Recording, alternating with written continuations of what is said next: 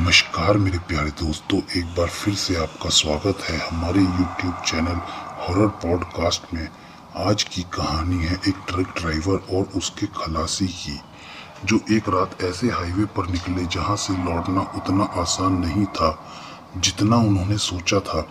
कहानी शुरू करने से पहले चैनल को सब्सक्राइब कर लीजिए और बेल आइकन को दबा लीजिए, क्योंकि आगे जो होने वाला है वो आपकी रातों की नींद उड़ा देगा। रमेश पिछले 22 साल से ट्रक चला रहा था। छोटी उम्र में ही अपने पिता का हाथ पकड़कर स्टीयरिंग थामी थी और तब से लेकर आज तक उसने हिंदुस्तान की ना जाने कितनी सड़कें नाप डाली। उसका ट्रक एक पुराना टाटा 2515 जिसका रंग अब मिट्टी और धूल से बदरंग हो चुका था। उसके लिए घर से कम नहीं था। कैबिन के अंदर एक तरफ हनुमान जी की तस्वीर टंगी थी, दूसरी तरफ उसकी बीवी और बेटे की एक पुरानी फोटो जो अब पीली पड़ चुकी थी। उस रात उसे जयपुर से माल लेकर भोपाल पहुंचना था। रूट वही पुराना जिस पर वो सैकड़ों बार जा चुका था, लेकिन इस बार मालिक ने कहा था रमेश रात को ही निकल जाओ, सुबह तक डिलीवरी हो जानी चाहिए, ठेकेदार जल्दी में है। रमेश ने हामी भर दी। साथ में उसका खलासी था सोनू, उम्र यही कोई 20-22 साल। 3 महीने पहले ही उसने रमेश के साथ काम शुरू किया था। गांव से शहर आया लड़का घर में माँ बाप की मदद के लिए पैसे कमाना चाहता था। बातूनी था और हंसमुख भी, और रमेश को अपने बड़े भाई जैसा मानता था। शाम 7 बजे ट्रक जयपुर से बाहर निकला। शुरुआती 2-3 घंटे रास्ता चहल पहल भरा था। ढाबे रोशन थे, दूसरे ट्रक आते जाते दिख रहे थे। कहीं कहीं गांव की बत्तियां टिमटिमा रही थी। सोनू गाना गुनगुना रहा था, बीच बीच में रमेश से गांव के किस्से सुन रहा था। लेकिन रात के करीब 11:30 बजे जैसे ही उन्होंने मुख्य हाईवे छोड़कर एक शॉर्टकट लिया जो एक पुराने कम इस्तेमाल होने वाले रास्ते से गुजरता था, माहौल अचानक बदलने लगा। सोनू ने खिड़की से बाहर झांकते हुए कहा, भैया ये रास्ता कौन सा है? बहुत सुनसान लग रहा है। रमेश बोला, हाँ यह शॉर्टकट है, 2 घंटे बचेंगे। पहले भी 2 बार आया हूँ इस रास्ते से। हालांकि उसकी आवाज में भी एक हल्की सी झिझक थी जो उसमें खुद नहीं पहचानी। सड़क के दोनों तरफ अब घने पेड़ों की कतारें थी जिनकी शाखाएं ऐसी झुकी हुई थी मानो कोई सुरंग बन रही हो। हेडलाइट की रोशनी के अलावा कहीं कोई उजाला नहीं था, ना कोई गाड़ी, ना कोई इंसान, ना कोई गांव। करीब आधे घंटे बाद सोनू ने अचानक कहा, भैया रोकिए जरा, मुझे लगा जैसे कोई सड़क किनारे खड़ा है। रमेश ने ट्रक की स्पीड को हल्का किया और शीशे में से पीछे देखा। कुछ नहीं था, सिर्फ अंधेरा और सड़क किनारे उगी सूखी झाड़ियां। रमेश ने हंसते हुए पूछा, नींद आ रही है क्या? वहम हुआ होगा तुझे। नहीं भैया, सच में एक औरत जैसी लगी सफेद कपड़ों में। रमेश की हंसी थोड़ी फीकी पड़ गई। उसने कुछ नहीं कहा, बस गाड़ी की रफ्तार थोड़ी बढ़ा दी। लेकिन उसके दिल में एक अजीब सी बेचैनी घर करने लगी थी जिसे वह जताना नहीं चाहता था। अगले 15 मिनट तक दोनों चुप रहे। रेडियो पर आ रहा गाना बीच बीच में अटकने लगा जैसे सिग्नल टूट रहा हो। फिर अचानक रेडियो पूरी तरह से बंद हो गया बिना किसी वजह के, जबकि बैटरी और वायरिंग सब ठीक थी। सोनू ने पूछा, ये क्या हुआ अचानक भैया? रमेश ने कहा, पता नहीं, कभी कभी सिग्नल चला जाता है इन इलाकों में। हालांकि उसे पता था कि रेडियो का सिग्नल से कोई लेना देना नहीं है, क्योंकि वो USB से गाना चला रहा था, कोई FM नहीं था। दूर सड़क के मोड़ पर एक धुंधली सी रोशनी दिखाई दी। सोनू ने राहत की सांस लेते हुए कहा, ढाबा है शायद, चलिए भैया चाय पीते हैं, यहाँ नींद भी उड़ जाएगी। ट्रक रुका। एक छोटा सा ढाबा था, टीन की छत, 2-3 लकड़ी की खटिया और एक मरियल सी लालटेन जो हवा में हल्के हल्के हिल रही थी। अजीब बात यह थी कि आसपास कोई और गाड़ी नहीं थी, कोई और ग्राहक नहीं। फिर भी चूल्हे पर आग जल रही थी और एक बड़ी सी केतली में पानी उबल रहा था।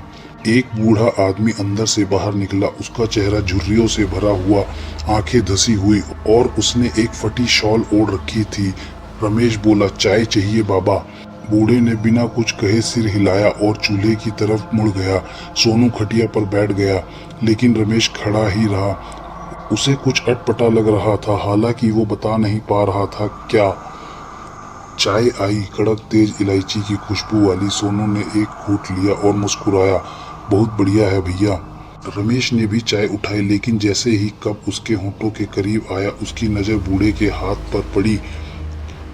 उसकी कलाई पर एक पुराना जंग लगा हुआ कड़ा था, बिल्कुल वैसा ही जैसे रमेश के पिता पहनते थे। और फिर उसने बूढ़े का चेहरा गौर से देखा। उसकी सांस अटक गई। ये चेहरा वो पहचानता था। बरसों पहले इसी रूट पर एक ऐसा ही ढाबा हुआ करता था, जिसका मालिक एक हादसे में मारा गया। एक ट्रक की चपेट में आकर उसकी लाश हफ्तों बाद मिली थी, सड़क किनारे झाड़ियों में। रमेश ने चुपचाप कप वापस रख दिया और बोला, सोनू चल, बहुत देर हो गई है। उसने धीमी लेकिन सख्त आवाज में कहा। सोनू ने कहा, अरे भैया अभी तो बैठे हैं। लेकिन रमेश की आंखों में कुछ देखकर वो भी चुप रह गया। दोनों जल्दी से ट्रक की तरफ बढ़े। रमेश ने पीछे मुड़कर देखा। ढाबा, बूढ़ा, लालटेन सब गायब था। वहां सिर्फ सूखी झाड़ियां और अंधेरा रह गया था। सोनू का चेहरा सफेद पड़ गया। भैया वो ढाबा कहाँ गया? रमेश ने कुछ नहीं कहा। उसने गाड़ी स्टार्ट की और एक्सीलेटर दबा दिया।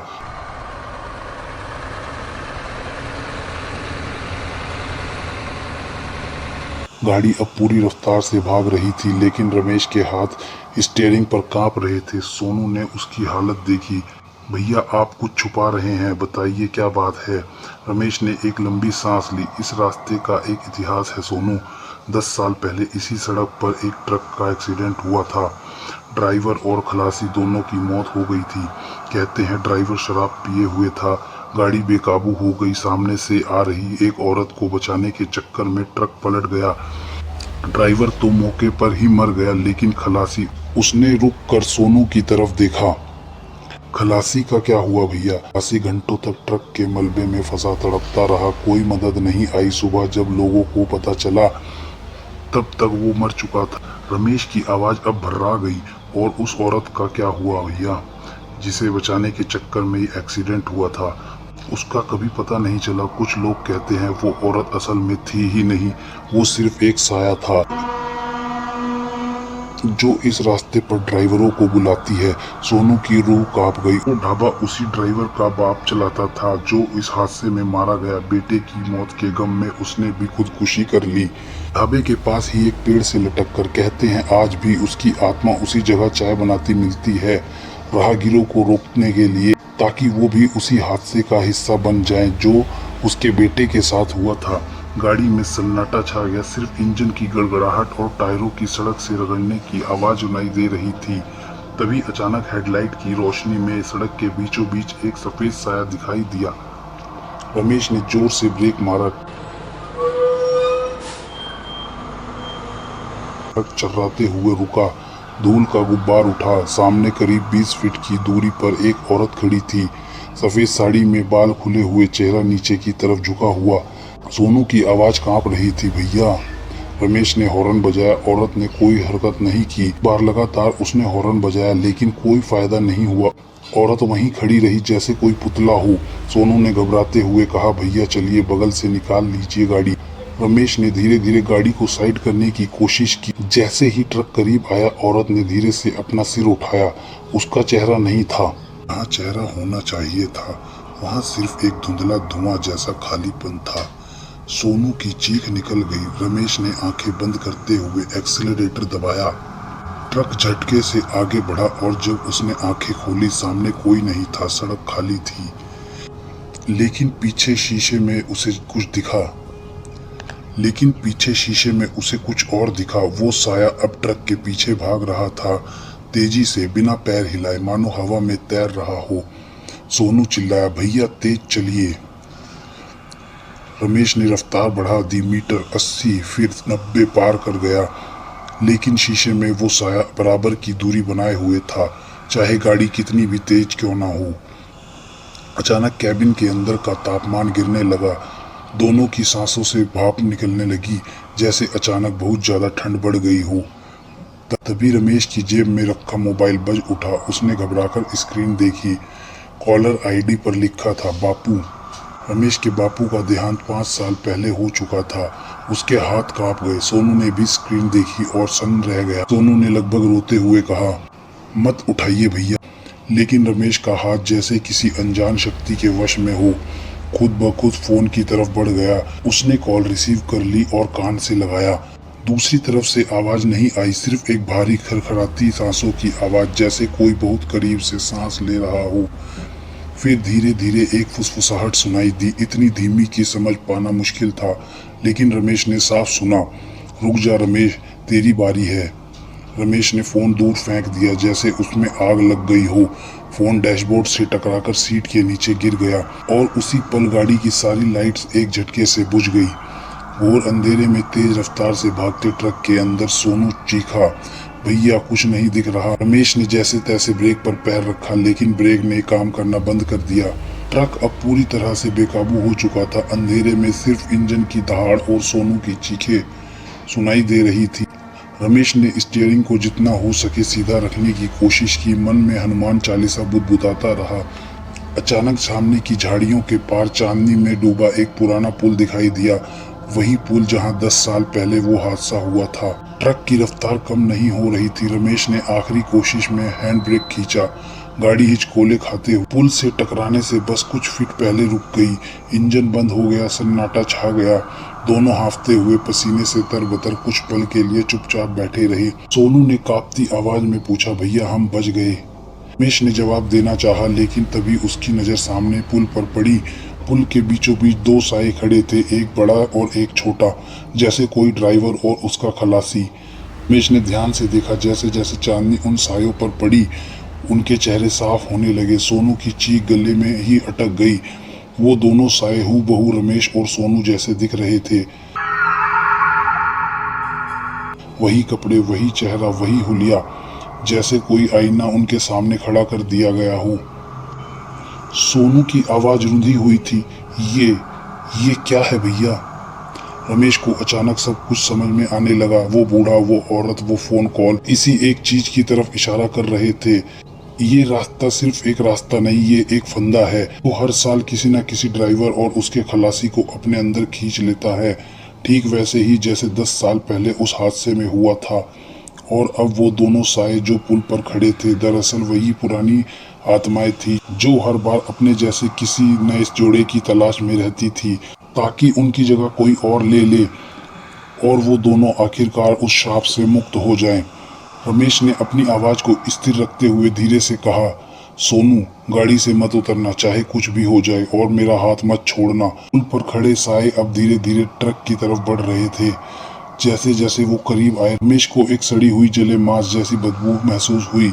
रमेश ने जल्दी से जेब से एक पुरानी थैली निकाली, जिसमें उसके गुरु ने उसे बरसों पहले कुछ पवित्र भस्म और एक तावीज दिया था। जब भी लगे कि रास्ता तुझे रोक रहा है, इसे याद रखना। उस वक्त रमेश ने इसे सिर्फ एक परंपरा समझ कर रख लिया था, कभी इसकी जरूरत नहीं पड़ी। आज पहली बार उसे एहसास हुआ कि गुरु ने उसे किस चीज के लिए तैयार किया था। उसने खिड़की से भस्म बाहर की तरफ बिखेर दी और जोर से हनुमान चालीसा का पाठ करना शुरू कर दिया। सोनू ने भी कांपती आवाज में साथ देना शुरू किया। जैसे जैसे मंत्रोच्चार तेज हो गया, वो दोनों साए रुक गए। उनके चेहरे विकृत होने लगे, जैसे कोई तस्वीर धुंधली हो रही हो।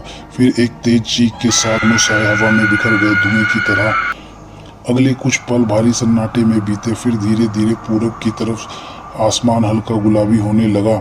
पंछियों की आवाजें सुनाई देने लगी। ट्रक की हेडलाइट अपने आप जल उठी। इंजन खुद ब खुद स्टार्ट हो गया, जैसे कुछ हुआ ही ना हो। रमेश ने कांपते हाथों से घड़ी देखी। रात के 11:30 बजे वो शॉर्टकट पर मुड़े थे और अभी घड़ी में सुबह के 5 बज रहे थे। 5.5 घंटे जो उन्हें ऐसा लगा जैसे बस चंद पल हों। सामने पुल अब बिल्कुल सामान्य दिख रहा था, कोई साया नहीं, कोई डर नहीं, बस एक पुराना टूटा फूटा पुल जिस पर सुबह की पहली धूप पड़ रही थी। रमेश ने गाड़ी आगे बढ़ाई। पुल पार करते ही कुछ ही दूरी पर मुख्य हाईवे का बोर्ड नजर आया। दोनों ने राहत की सांस ली। सोनू ने कांपती लेकिन शांत आवाज में कहा, भैया अब कभी इस रास्ते से नहीं जाएंगे। रमेश ने सिर हिलाया, कभी नहीं। भोपाल पहुंचकर रमेश ने माल उतारा, ठेकेदार से पैसे लिए और सीधा एक मंदिर गया।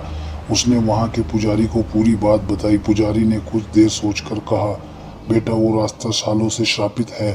कई ड्राइवर वहां से गुजरे और कभी वापस नहीं आए। तुम दोनों बहुत भाग्यशाली हो कि बच गए, लेकिन याद रखना, जो एक बार उस रास्ते से बच निकलता है कभी कभी वो रास्ता उसका पीछा दोबारा करता है।